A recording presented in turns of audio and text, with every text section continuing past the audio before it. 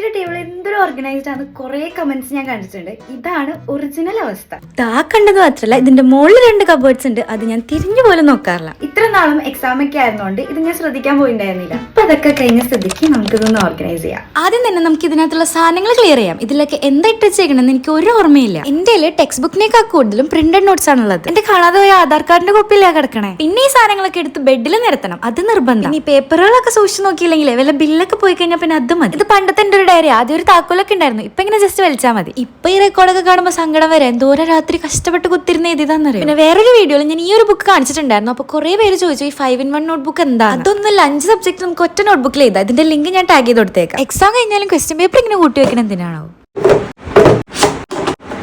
ഇത് ഭയങ്കര യൂസ്ഫുൾ ആയിട്ടുള്ള ഒരു ഓർഗനൈസർ ആണ്. ഞാൻ ആമസോണിൽ മേടിച്ചിട്ടുള്ളതാണ്. ID കാർഡും ഹോൾ ടിക്കറ്റും മാറ്റി വെച്ചിട്ടില്ലെങ്കിൽ ലാബ് എക്സാമിന് കിട്ടൂല. അപ്പൊ ബാക്കി അടുത്ത പാട്ടില്.